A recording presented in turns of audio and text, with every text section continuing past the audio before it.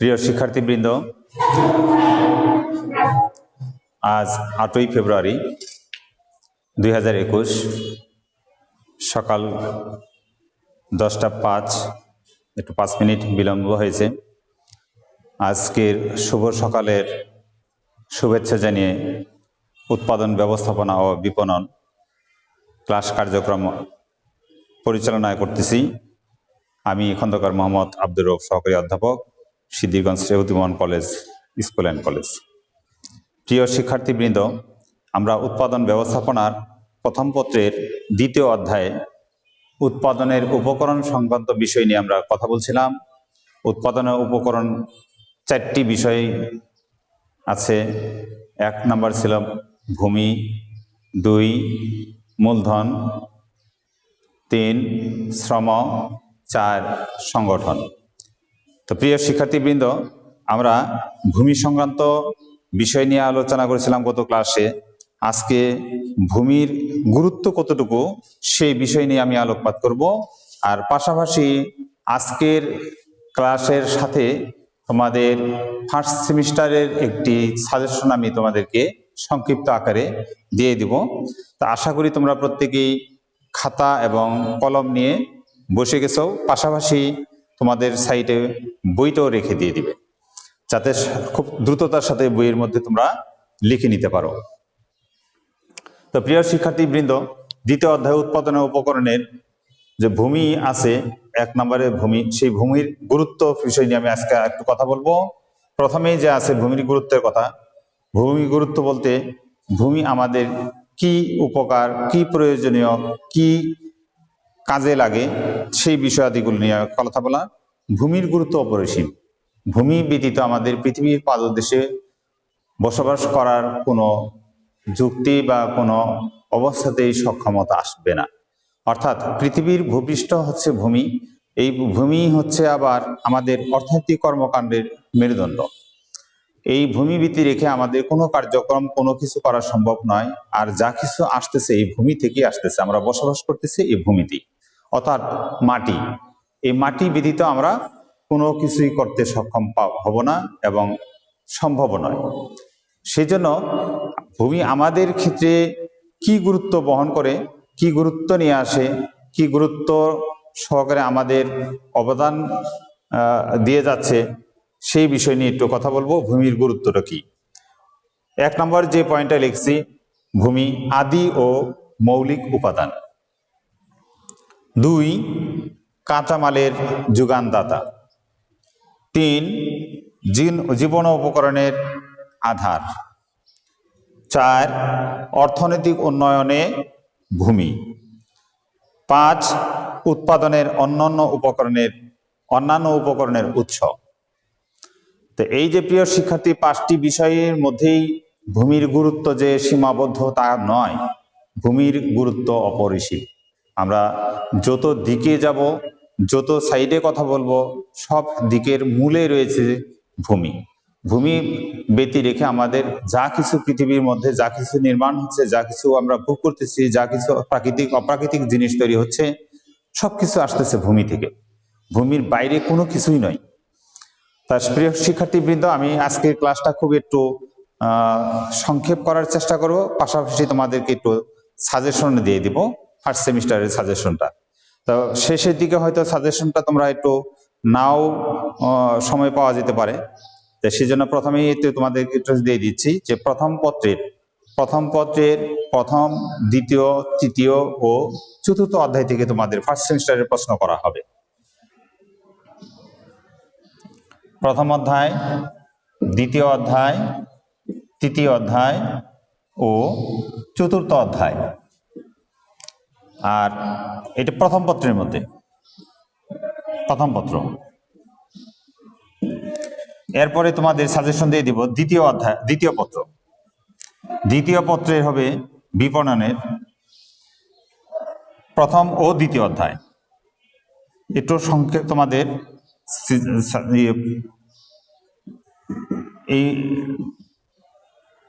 এই পরীক্ষার জন্য তোমাদের সিলেবাসটা একটু সংক্ষেপে বা ছোট করে দিব, যা পরবর্তীতে সময়ের জন্য একটু আমরা যখন এই লকডাউন উঠে যাবে বা এই করোনা ভাইরাসের জন্য আমাদের যে প্রতিষ্ঠান বন্ধ যখন খুলে দেওয়া হবে তখন আমরা যাবতীয় বিষয়গুলো আলোকপাত করব, তখন ডিটেলস তোমাদের বোঝানোর পরেই তোমাদেরকে প্রশ্ন আনয়নের মধ্যে নিয়ে আসবে এই অধ্যায়গুলো। তা আমি তোমাদের সংক্ষিপ্ত আকারে সাজেশন দিয়ে দিচ্ছি। প্রথম, দ্বিতীয় ও তৃতীয় অধ্যায়ের নৈর্বৃত্তিক যে আছে সেই নৈর্বৃত্তিক প্রত্যেকটি অধ্যায়ের 1 থেকে 50 পর্যন্ত, প্রত্যেকটি অধ্যায়ের 1 থেকে 50-এর মধ্যে নৈর্বৃত্তিক প্রশ্নগুলো তোমরা পাবে।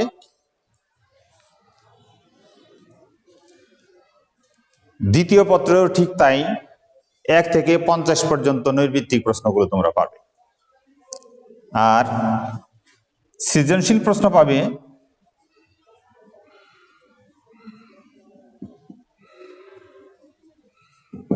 সৃজনশীল প্রশ্ন পাবে 1 থেকে 10-এর মধ্যে পড়লে, অর্থাৎ 1 থেকে 10 পর্যন্ত সৃজনশীল প্রশ্ন যেগুলো আছে প্রত্যেকটি অধ্যায়ের, এই প্রত্যেকটি অধ্যায়ের 1 থেকে 10 পর্যন্ত সৃজনশীল প্রশ্নগুলো পড়লেই তোমরা এই যে প্রশ্ন আমি প্রণয়ন করব তার মধ্যে তোমরা পেয়ে যাবে। তাহলে সহজ হবে, একটু প্রশ্নগুলো পড়লে তোমাদের উত্তর লেখাটা সহজ হয়ে যাবে। যদিও তোমাদের হোম এক্সাম হবে, তারপরে তোমাদের একটু প্রশ্নগুলো পড়া থাকলে পরে যে শিক্ষার্থী জানার জন্য বেশি তৎপর হয় তার জন্য সকল দরজাগুলো খোলা হয়ে যায়। আর যে শিক্ষার্থী নিজের কর্মকাণ্ডকে গুছিয়ে অলসতার মধ্যে জীবনযাপন করে তার জীবনটা কিন্তু ভবিষ্যতে কঠিন হয়ে যায়, কর্মতৎপরতা তার লোপ পেতে থাকে। সেজন্য তোমরা কাজের দিকে কখনোই পিছপা হবে না এবং বসে থাকবে না। তোমাদের কাজ হলো একটাই, পড়াশোনা করা এবং লেখা, যা পড়া এবং তার লেখা। পড়ার পাশাপাশি লেখার অভ্যাসটা অবশ্যই তৈরি করতে হবে, কারণ অনেকগুলো প্রশ্ন যখন একটা নির্দিষ্ট সময়ের মধ্যে উপস্থাপন করতে হয় তখন লেখার গতি যদি না থাকে, স্থিতিশীল হয়ে গেলে সেই পরীক্ষার ভালো ফলাফল বয়ে আনে না। তার প্রিয় শিক্ষার্থীবৃন্দ, অনেক সাজেশন হয়তো তোমাদেরকে পরে দিব, কিন্তু আজকে এখন আমি যাচ্ছি ক্লাসে। তা আমি প্রথমে যে বিষয়টা আলোচনা করেছি সেটা হলো ভূমি আদি ও মৌলিক উপাদান। আদি কি? আমাদের সৃষ্টি জন্মলগ্ন এই ভূমি থেকে মাটি, মাটি থেকে আমাদের সৃষ্ট, এবং আমরাও তৈরি হয়েছি মাটি থেকেই। এবং এই মাটি আদি, অর্থাৎ পৃথিবী তৈরি হয়েছে এই মাটি দিয়ে। এই মাটি আদি, আজ পর্যন্ত এই মাটির ব্যবহার হয়ে আসতেছে। কত হাজার বছর আগে পৃথিবীর সৃষ্টি হয়েছে এবং বর্তমান সময় পর্যন্ত কত হাজার মানুষ এই পৃথিবীর পার্শ্ব থেকে বসবাস করে বা কত মাখলুকাত বসবাস করে গেছে। এই মাটি তার আদির যে উর্বরতা শক্তি আজ পর্যন্ত সে ধরে রাখছে। এজন্য আর মৌলিক উপাদান কি? আমাদের উৎপাদনের যে সকল মৌলিক উপাদানগুলো আমরা পেয়ে থাকি তা এই মাটি থেকেই আসে। মাটি থেকেই আসে তোমার সকল ধরনের ঔষধ বলো, তৈজসপত্র বলো, আসবাবপত্র বলো, শৌখিনপত্র বলো, গাড়ি বলো, বাড়ি বলো, যা কিছু আছে সব কিছু। ইভেন কি তোমাদের হাতে যে মোবাইল সেটটি আছে সেটাও কিন্তু মাটি থেকেই, তার উর্বরা শক্তির মধ্য থেকেই কাঁচামাল থেকে তারপরে প্রক্রিয়াকরণ হয়ে ভোগীপণ্য রূপান্তর হয়ে আজকে মোবাইল ফোন সেট হয়ে আমাদের হাতে চলে আসেছে। অর্থাৎ আদি ও মৌলিক উপাদানের কোনো বিকল্প নেই। আমরা যে সকল ভোগ্য পণ্যগুলো ব্যবহার করে থাকি, যে সকল সেবামূলক পণ্যগুলো ব্যবহার করে থাকি, তার সব কিছুই আসে এই মৌলিক উপাদান ভূমি থেকেই। একজন কৃষক তার উৎপাদিত ফসল ভূমিতে উৎপাদন করে এবং পরবর্তীতে সেটা ভোক্তা কাছে চলে আসে বিভিন্ন হাত ঘুরে। সেই পর্যায়ে আসার আগ পর্যন্ত যে প্রথম যে উপাদানটা তৈরি হলো কৃষকের হাতে, মাটি থেকে উৎপাদিত ফসল, উৎপাদিত কাঁচামাল, সেই কাঁচামালটাই আমাদেরকে উপহার দিয়ে যাচ্ছে এই ভূমি। 2 নম্বর যে জিনিসটা আছে, কাঁচামালের যোগানদাতা। আমাদের উৎপাদনের র মেটেরিয়ালস আছে, all raw materials product by land, অর্থাৎ মাটি দ্বারাই তৈরি হচ্ছে আমাদের উৎপাদনের সমস্ত কাঁচামাল। যদি আমি আজকে একটা চিপসের কথা বলি, যদি চিপস আমার উৎপাদন করতে হয় তাহলে আমাকে গোল আলুর দিকে যেতে হবে। আর গোল আলু কোথায় উৎপাদন হচ্ছে? মাটিতেই উৎপাদন হচ্ছে। কোনো কৃষক এর উৎপাদনের চালিকা শক্তি, পেশি শক্তি ব্যবহার করে সে মাটি থেকে এই আলু উৎপাদন করতেছে এবং সেইগুলো শৈল্পিক আকারে, অর্থাৎ প্রোডাকশন বা উৎপাদনের মধ্য দিয়ে যান্ত্রিক কৌশল খাটিয়ে চিপস তৈরি হয়ে আজকে আমাদের বাজার ব্যবস্থার মধ্যে দিয়ে হাতে চলে আসতেছে, অর্থাৎ ভোক্তার কাছে চলে আসলো একটা চিপসের প্যাকেট। সরাসরি কিন্তু একটা চিপসের প্যাকেট মাটিতে উৎপাদন হয়নি, বিভিন্ন প্রক্রিয়ার মধ্য দিয়েই এই চিপসের প্যাকেটটা আমাদের হাতে চলে আসছে। যদি একটা সাবানের কথা বলি, তাহলে এই সাবানটিও আমাদের হাতে সরাসরি আসেনি, সেটা ভূমি থেকে উৎপাদন হয়েছে বিভিন্ন উপকরণের মধ্য দিয়ে শৌখিনভাবে আজকে সাবান উৎপাদন হয়ে আমাদের হাতে এই চলে আসছে। যদি বস্ত্রের কথা বলি, তাহলে ঠিক এরকমই একজন কৃষক বা চাষি তুলা উৎপাদন করেছে, সেটা প্রক্রিয়াকরণের মধ্য দিয়ে সুতা থেকে বুনন থেকে কাপড় থেকে টেলার থেকে ফিটিং হয়ে আমাদের বডিতে পোশাক পরিধানের মধ্যে চলে আসছে। ঠিক এইভাবেই আমাদের বিভিন্ন কাঁচামালের উপাদানগুলো যোগানদাতা হিসেবে ভূমি আমাদেরকে যোগান দিয়ে যাচ্ছে। সেজন্য এই কাঁচামালের যোগানদাতা হিসেবে ভূমির গুরুত্ব বা প্রয়োজনীয়তা কোনো অংশেই কম নয়। জীবন উপকরণের আধার, এই বিষয়টির একটু অনেক গুরুত্ব বহন করে। মানুষের খাদ্য, বস্ত্র, বাসস্থান এবং এই শিক্ষার কথা বলে, চিকিৎসার কথা বলে যা কিছু উপাদান আছে, সমস্ত উপাদান আসতেছে এই ভূমি থেকে। আমি যদি খাদ্যের কথা বলি, খাদ্যের যোগানদাতা ভূমি। যদি বস্ত্রের কথা বলি, বস্ত্রের উপাদান ভূমি। অর্থাৎ আমাদের জীবন জন্ম থেকে মৃত্যুর আগ পর্যন্ত এবং মৃত্যুর পরেও অবস্থান এর ভূমির মধ্যেই আমাদের সীমাবদ্ধ। ভূমির বাইরে কোনো অবস্থাতে আমার বিচরণ করার ক্ষমতা বা শক্তি নেই। উৎপাদনের ঠিক এই বিষয়গুলো যে দান করতেছে সেটা হচ্ছে ভূমি। ভূমি থেকেই আমরা সব এই উপাদানগুলো পেয়ে থাকি। এরপরে চলে আসতেছে জীবন উপকরণের আধারের পরে অর্থনৈতিক উন্নয়নে ভূমি। পৃথিবীর যত ধনী দেশ বলি, যত ধনী ব্যক্তির কথা বলি, যে জীবন চালিকার কথা বলি, জীবন বাঁচার কথা বলি, তা সব কিছু যোগান দিয়ে দিচ্ছে এই ভূমি। পৃথিবীর আজকে যে অন্যান্য ধনী দেশ, শিল্পোন্নত দেশ বলি, অন্যান্য দেশ আজকে শৈল্পিক কর্মপ্রণালীর মধ্য দিয়ে চরম শিখরে ধনীর দেশে পরিণত হয়েছে। বিশ্বের আগের ধনী দেশ ছিল আমেরিকা, এখন সেই আমেরিকাকে চ্যালেঞ্জ করে চীন অনেক এগিয়ে গেছে, যা 2020 সালের মধ্যে চীন অন্যতম, এবং 2028 সালের মধ্যে চীন পৃথিবীর মধ্যে শীর্ষ ধনী দেশে পরিণত হবে। এক সমীক্ষা ছিল এক সময় যে 1992-93 সালে যে চীন 2015 সালের মধ্যে অর্থনৈতিক সমৃদ্ধি অর্জন করবে এবং বিশ্বের শীর্ষ পর্যায়ে চলে যাবে। আজকে সেই পর্যায়টা তার টাচ করতে পেরেছে এবং বিশ্বের শ্রেষ্ঠ ধনী এখন একজন চায়নার নাগরিক। তো এই যে আমাদের অর্থনৈতিক জীবন চালিকার জন্য, অর্থনৈতিক উন্নয়নের জন্য যে ভূমিকাটা পালন করে থাকে, সেটা সর্বাগ্রে করে তোমার ভূমিকে ব্যবহার করে যে যত বেশি ব্যবহার করবে, যে যত ভূমির মালিক হয়ে যাবে, সে তত উন্নতির দিকে চলে যাবে, সে তত কাঁচামাল পাবে। অর্থাৎ ইন্ডাস্ট্রিয়াল যত কিছু পণ্য, raw materials and finishing goods সব কিছু আসতেছে এই ভূমি থেকে। ভূমিকে ব্যবহার করেই আজকে এত মিল ইন্ডাস্ট্রিজ উন্নত হয়েছে, এত মিল ইন্ডাস্ট্রি স্থাপিত হয়েছে, যার মধ্যে কর্মসংস্থান সৃষ্টি হয়েছে, এবং কর্মসংস্থান সৃষ্টি হওয়ার পরে একটা পরিবারের মধ্যে অর্থনৈতিক পরিবর্তনের যে আলোর সূচনা হয়ে ঘটেছে, সেটা এই ভূমির ব্যবহারের মধ্য দিয়ে। অর্থাৎ এই ভূমি আজকে এতগুলো পণ্য, এতগুলো কাঁচামাল যোগান দিয়েছে বলেই অর্থনৈতিক আজকে চাঙ্গা হয়েছে, অর্থনৈতিক মাধ্যমে দিয়েই কর্মসংস্থান সৃষ্টি হয়েছে, যার ফলে আমাদের উন্নয়নও সম্ভব হয়েছে।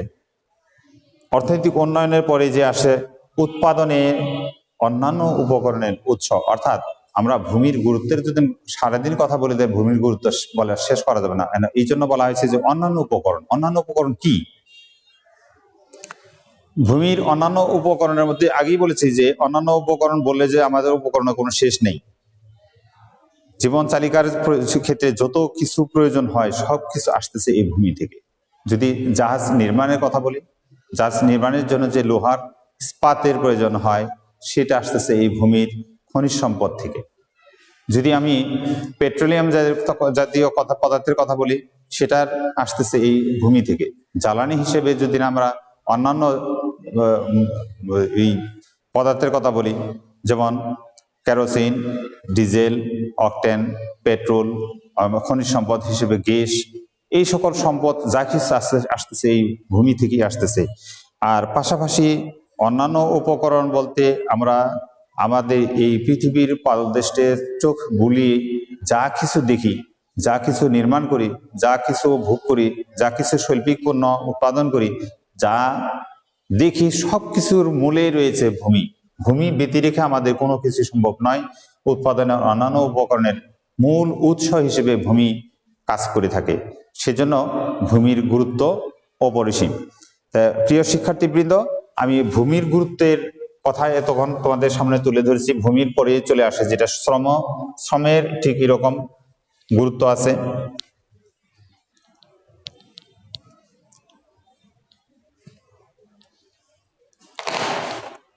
শ্রম কি?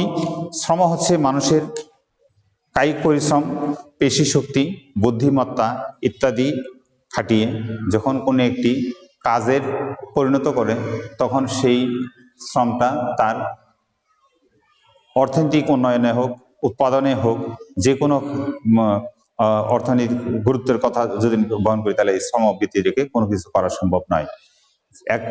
একটি পণ্য যদি কোনো একটা স্থির অবস্থায় পড়ে থাকে, যদি শ্রমের মধ্যে যদি প্রয়োগ না হয়, তাহলে ওই পণ্যটি কোনো রূপান্তর ঘটবে না।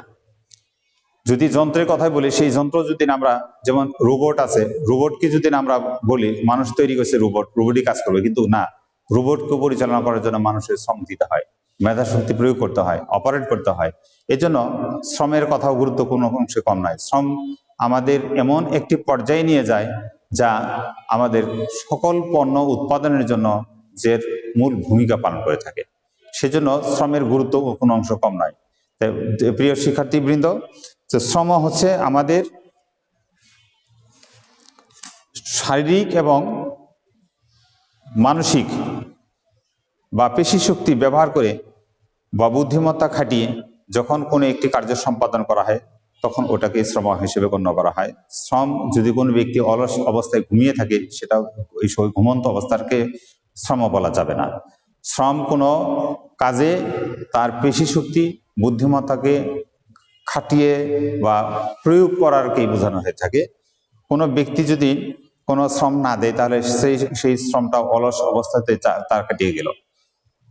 শ্রম এমন একটি বিষয়, এমন একটি অবস্থান যে মানুষ এটার যথার্থ ব্যবহার যদি না করে, প্রয়োগ যদি না করে, তাহলে এই শ্রম কখনোই ফিরে পাওয়া যায় না।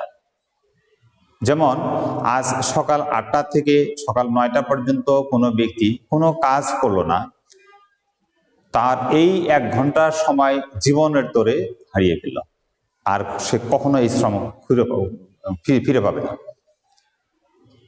হয়তো আগামীকাল সকালে সেই 8টা 9টা বা রাত 8টা 9টা আবার সময় আসবে, কিন্তু সেটা হচ্ছে ওই অতীতের সময় না। তার জীবন কালের জন্য যতটুকু সময় তার আছে, যা পাস অতিবাহিত করেছে, সেই সময়টা ফিরে পাবে না। যে সময়টা তার সামনে আছে, ভবিষ্যৎ, সেই সময়টাই তার বর্তমানে এসে দাঁড়াবে। অর্থাৎ সময় আমাদের যথার্থভাবে কাজে লাগাতে হবে, সময়টা যথার্থভাবে ব্যবহার করতে হবে, যথার্থ স্থানে প্রয়োগ করতে হবে। তাহলে মানুষ তার চরম শিখরে, তার মূল লক্ষ্যে পৌঁছতে সক্ষম হবে। কোনো ব্যক্তি যদি এই চিন্তা ভাবনা করে যে বসে বসে বা ঘুমিয়ে ঘুমিয়ে স্বপ্ন দেখে তার বাস্তবে ভাবে যদি কোনো শ্রমের প্রয়োগ না করে, তাহলে তার জীবনের কোনো আশাই সফলতা অর্জন করতে পারবে না। সফলতা অর্জন করতে হলে তার শ্রমকে যথার্থভাবে কাজে লাগাতে হবে। একজন শিক্ষার্থীর শ্রম কি? একজন শিক্ষার্থীর শ্রম হচ্ছে যথার্থ ক্লাস করা এবং যথাসময়ে পড়াশোনা করা বা বই ঘাটা এবং সেগুলো যথাযথভাবে প্র্যাকটিস করা বা লেখা। তো এর মধ্য দিয়ে তার শিক্ষার জীবনের কার্যক্রমগুলো শেষ করতে পারবে। যখন শিক্ষা কার্যক্রম শেষ, তার বাস্তব জীবনটা তখন তার শুরু হয়ে যাবে কর্মজীবন। কর্মজীবনে এসে তার প্রত্যেকটি বিষয়গুলো, প্রত্যেকটি পদগুলো তার কাজে লাগাতে হবে, প্রত্যেকটি অভিজ্ঞতাগুলো তখন কাজে লাগতে থাকবে। আর যদি যথাযথ অভিজ্ঞতা অর্জন না করে, পড়াশোনা ঠিক মতো না করে, তাহলে ভবিষ্যতে যে কর্মজীবনে যাবে তখন বুদ্ধিমত্তা থাকবে না, বুদ্ধিহীন অবস্থায় পরিণত করবে। ফলে কোনো সিদ্ধান্ত বুঝতে পারবে না, কোনো কাজ সঠিকভাবে কাজ করতে পারবে না। এই জন্য বেশি বেশি করে বই পড়তে হবে। বই পড়া ব্যতি রেখে কোনো কিছু করা সম্ভব নয়। এই কারণে প্রিয় শিক্ষার্থীরা, তোমাদেরকে বারবার আহ্বান করি, ক্লাস করার পাশাপাশি তোমাদেরকে বেশি বেশি করে বই পড়তে হবে। বই পড়ার বলতে কোনো ওই অন্য কোনো উপন্যাস বা এগুলো কাব্যগ্রন্থ, বিভিন্ন ম্যাগাজিন, এগুলো পড়ানো বোঝায় না। বই বলতে এখন তোমার যে সামনে একটা শিক্ষা কারিকুলাম বোর্ড তোমার কাছে নির্দিষ্ট সিলেবাসের আগে গিয়ে যে বই পাঠ্য করা হয়েছে সেই বইগুলো বেশি বেশি পড়া। তোমার এই বইয়ের বাইরে এখন বেশি পড়ার প্রয়োজন নেই। তোমার যে সিলেবাস দেওয়া আছে সেইগুলো তুমি অনুধাবন করো, সেগুলোই শিখে নাও, সেগুলোই পাশাপাশি পরীক্ষায় প্রশ্ন আসলে তার প্রস্তুতি গ্রহণ করো। তো প্রিয় শিক্ষার্থীবৃন্দ, শ্রম কি জিনিস এটা আমি তোমাদেরকে ইতিমধ্যে উপস্থাপন করেছি। শ্রমের কিছু বৈশিষ্ট্য আছে, সেই বৈশিষ্ট্য কথাগুলো আমি এখন লেখার চেষ্টা করব। পাশাপাশি আবার এই অধ্যায়ের যে বিষয়গুলো আছে, শ্রমের পর আছে মূলধন, মূলধনের পর আছে সংগঠন। তো শ্রম এক নম্বরে যেটা আছে শ্রমের বৈশিষ্ট্যের মধ্যে, শ্রম সবচেয়ে ধ্বংসশীল। ধ্বংসশীল এই জন্য বলা হয়েছে যে এই শ্রম একবার হারিয়ে ফেললে বা চলে গেলে বা পাস্ট করলে, অতিবাহিত করলে এই শ্রম আর কখনো পাওয়া যায় না, ফিরে পাওয়া যায় না। এই জন্যই শ্রমের সর্বাপেক্ষা ধ্বংসশীল উপাদান। 2 নম্বর বলা আছে যে শ্রম দর কষাকষির ক্ষমতা খুব কম।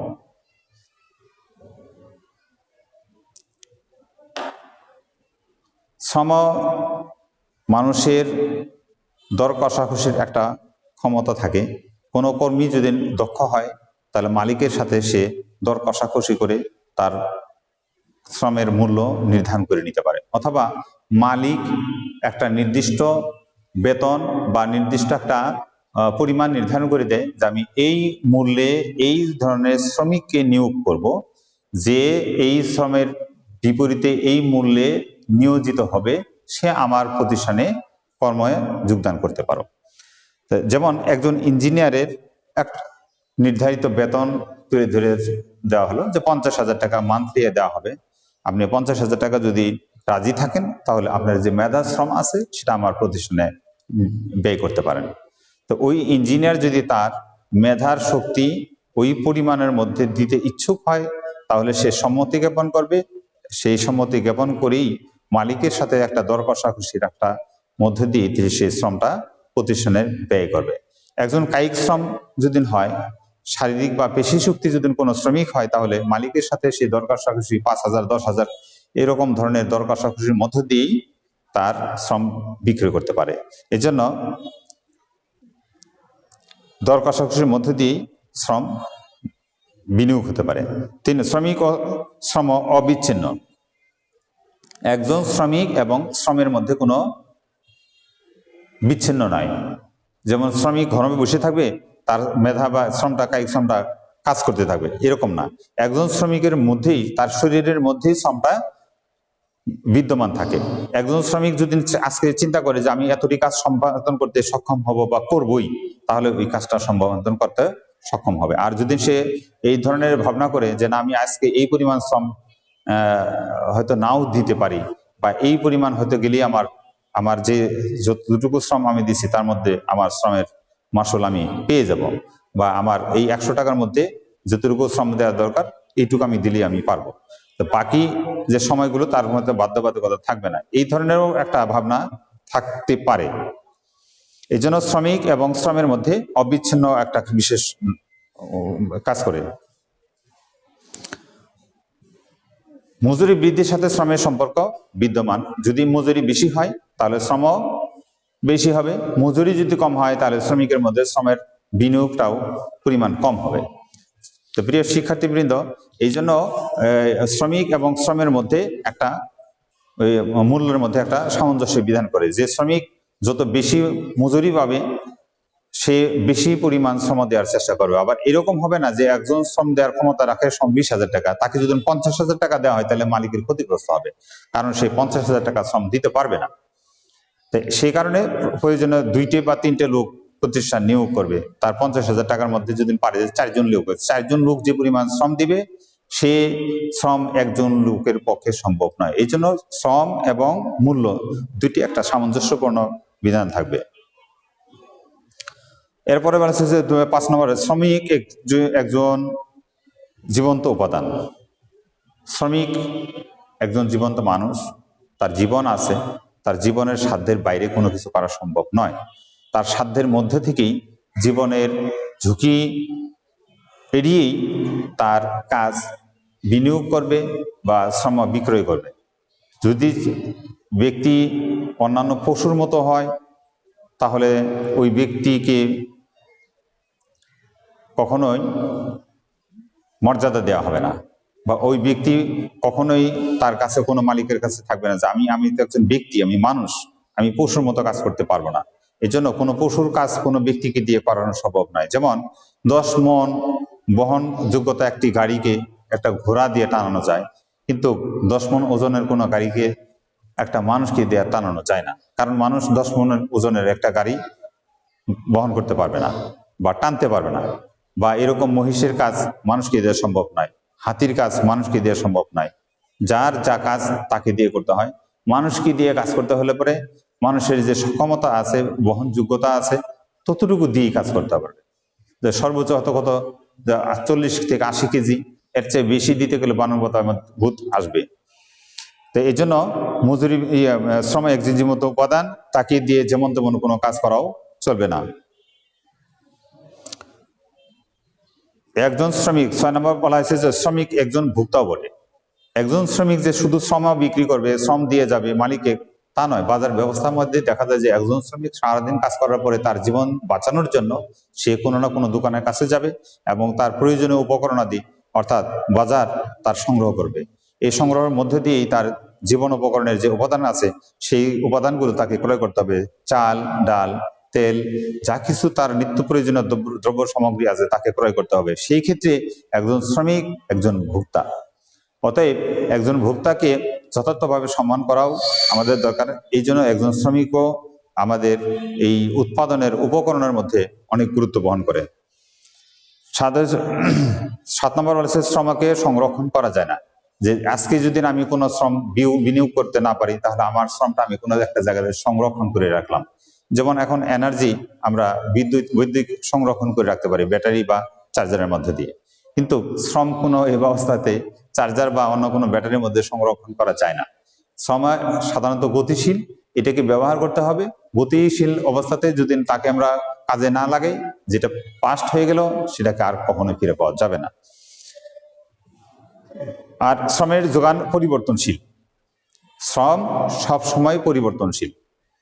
যে শ্রম আমি মূলধন ভবিষ্যতের জন্য সংরক্ষণ করা গেলেও শ্রমিককে কখনো ভবিষ্যতের জন্য সংরক্ষণ করা যায় না।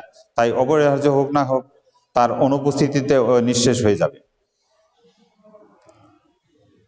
অর্থাৎ একজন শ্রমিক আজকে 20 বছর বয়সে যে শ্রমটা দিয়ে দিতে পারবে, সে ধারণা করলো যে আমি 60 বছর বয়সের পরে যে আমি এই শ্রমটা দিব, এইভাবে কখনোই সম্ভব নয়। তার বয়সের তাড়নার কারণে তার শ্রমের পরিবর্তন আসবে। আর যে 40-এর আগে যে শ্রমটা দিতে পারবে, 40-এর পরে বা 50-এর পরে সেই শ্রমটা আর দিতে পারবে না। এই জন্য এটা সঞ্চয় করা, সংরক্ষণ করা সম্ভব নয়, বিধায় এটা পরিবর্তনশীল। শ্রমের যোগান বৃদ্ধির সময় সাপেক্ষ। একজন শ্রমিক যদি ইচ্ছা করে তাহলে ওই ইচ্ছার মধ্যে দিয়ে তার শ্রমের যোগান বেশি করতে পারবে, তা নয় কিন্তু। কারণ এর ফলে শ্রমের স্থানান্তর ঘটে মাত্র, এক শ্রমিক অন্য শ্রমিকে অন্য স্থানে যেতে পারে মাত্র, কিন্তু এর যোগান খুব যে বেশি দিতে পারবে তা নয়। এই জন্য শ্রমের যোগান বৃদ্ধি এটা সময় সাপেক্ষ। তো প্রিয় শিক্ষার্থীবৃন্দ, আমি তোমাদের আগেই বলেছিলাম যে আজকে একটু ক্লাসের সংক্ষিপ্ততা টানবো, আর অন্যান্য অধ্যায়গুলোর এই অধ্যায়ের দ্বিতীয় অধ্যায়ের আজকেই আমি পরিসমাপ্ত করতে চাই। শ্রমের পরে আছে মূলধন। মূলধন কি? মূলধন হচ্ছে আমাদের চালিকা শক্তি। মূলধন ছাড়া আমাদের কোনো কিছু সম্ভব নয়। আমি বসে বসে অনেক বড় প্রতিষ্ঠানের চিন্তা ভাবনা করতে পারি, অনেক কিছু কেনার স্বপ্ন দেখতে পারি, কিন্তু টাকা নেই, কোনো কিছু সম্ভব নয়। এই জন্য মূলধনের উৎপাদন উপকরণের মধ্যে মূলধনের উপাদান কোনো অংশে কম নয়।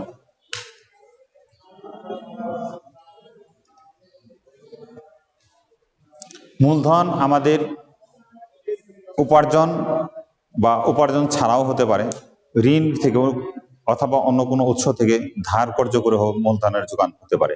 মূলধন কি? আমাদের ক্রয় করার ক্ষেত্রে, অর্থাৎ উৎপাদনের উপাদানগুলো ক্রয় করার ক্ষেত্রে যে অর্থ বিনিয়োগ করা হয় তাই হচ্ছে আমাদের মূলধন। মূলধন স্থায়ী অস্থায়ী দুই হতে পারে, অথবা ঋণের মাধ্যমেও ঘটতে পারে। তো এই পর্যায়ে তোমাদের একটু সময় সংক্ষেপে একটু বলার চেষ্টা করব যে মূলধন কি।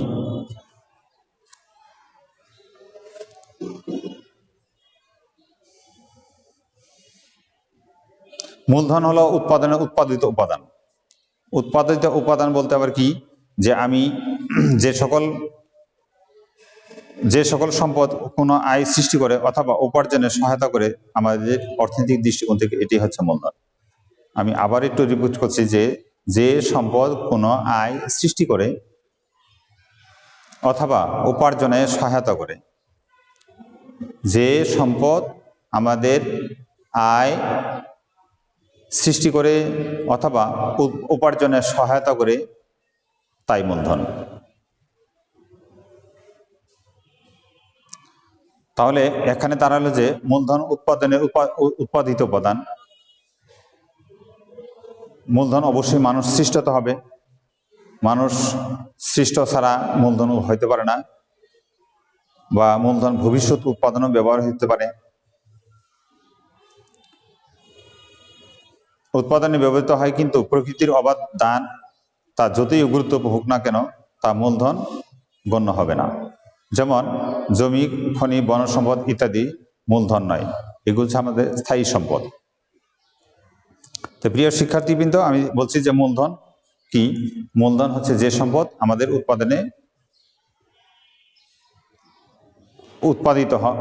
উৎপাদন। আমাদের মূলধন হলো উৎপাদিত উপাদান, অর্থাৎ কোনো সম্পদ আয় সৃষ্টি করে, এই ধরনের সম্পদটাই হচ্ছে আমাদের মূলধন। মূলধনের কতগুলো বৈশিষ্ট্য আছে। মূলধনের প্রায় 9টি বৈশিষ্ট্য এখানে আমরা উল্লেখ করব। এক হচ্ছে মূলধন উৎপাদিত উপাদান। 2, মূলধন অতীত শ্রমের ফল। একজন ব্যক্তি সারা জীবন শ্রম দিছে, এই জন্য সে 10 লক্ষ টাকা বা 10,000 টাকার মালিক হয়েছে। ওই 10,000 টাকার মালিকানার সে তার শ্রমের বিনিময়েই উৎপাদিত হয়েছে। এই জন্যই মূলধন উৎপাদনের উপাদান অতীত শ্রমের ফল বটে। এরপরে আছে মূলধন সঞ্চয়ের ফল।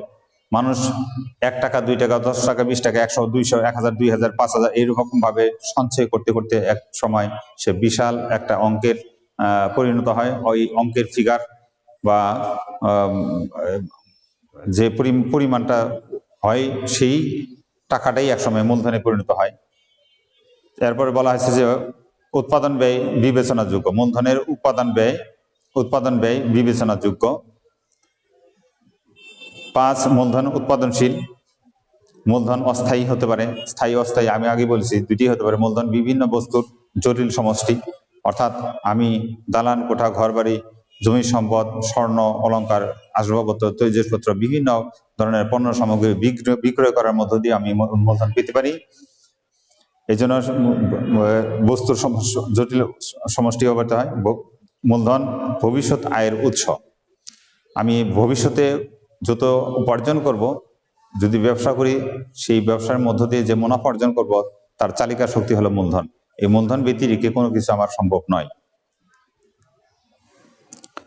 এরপরে মূলধন অনেক আছে। মূলধনের গুরুত্ব আছে, মূলধনের ধারণা আছে, তারপরে মূলধনের পর্যায় বা স্তর আছে। এই স্তরগুলোর সময়সূচি রেখে মূলধনের পরে যে জিনিসটা আছে সংগঠন। সংগঠন কি? সংগঠন হচ্ছে বিভিন্ন উপকরণ দিয়ে একত্রিত করা। এর মধ্য দিয়েই একটি প্রতিষ্ঠানের তার জীবনের স্বপ্ন আরম্ভ হয়। সেই স্বপ্ন বাস্তবায়নের ক্ষেত্রে সংগঠনে কাজ করে থাকে। শ্রমিক নিয়োগ থেকে উৎপাদিত উপাদান বাজার ব্যবস্থাকরণ পর্যন্ত যে সকল কার্যপ্রণালী সংগঠিত হয়, তা এই সংগঠনের কাজ। অর্থাৎ সংগঠন একটা ব্যবস্থাপনা সৃষ্টি করে, ব্যবস্থাপনা একটা কর্মশক্তি সৃষ্টি করে, কর্মসংস্থান সৃষ্টির মধ্য দিয়ে কর্মীরা কাজে নিয়োজিত হয়, কাজ করার মধ্য দিয়েই পণ্য উৎপাদিত হয়, উৎপাদিত পণ্যগুলো বাজারজাতকরণ হয়, বাজারজাতকরণের মধ্য দিয়ে সেগুলো আবার ভোক্তার কাছে পৌঁছে যায়। এভাবেই তার একটি ফিনিশিং কোর্স, একটি পরিপূর্ণ পণ্য মানুষের ভোগ করে, যার মধ্যে দিয়ে অর্থ উপার্জিত হয়। এই ফেরত আসার মধ্যে দিয়ে মূলধন সৃষ্টি হয়। এইভাবে একটি সংগঠন তার বিভিন্ন কার্যাদি সম্পাদন করে থাকে। এই সংগঠনের কোনো অংশে কাজ গুরুত্ব কোনো অংশে কম নয়।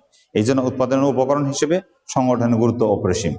এই জন্যই আমাদের এই উৎপাদনের উপকরণের মধ্যে ভূমি, শ্রম, মূলধন এবং সংগঠনগুলো খুব গুরুত্ব আকারে বহন করে। তো প্রিয় শিক্ষার্থী বন্ধুরা, আমরা যখন সামনাসামনি ক্লাস করব, তখন বিভিন্ন বিষয়াদিগুলো নিয়ে আমরা আলোকপাত করব। আশা করি তোমরা প্রত্যেকেই অনুধাবন করতে পারবে এবং শিখতে পারবে। তা আজকে আমি তোমাদের আবারও শুভেচ্ছা এবং ভালো অবস্থান করো, সেই গুরুত্ব, সেই আশাবাদ, সেই বাসনা নিয়ে তোমাদের কাছ থেকে আমি বিদায় নিয়ে নিচ্ছি। আশা আশা করি এতক্ষণ পর্যন্ত যে ক্লাসগুলো তোমাদেরকে দিয়ে দিয়েছি সেগুলো ভালো করে ক্লাস করবে। আর পাশাপাশি আরেকটা বিষয় তোমাদেরকে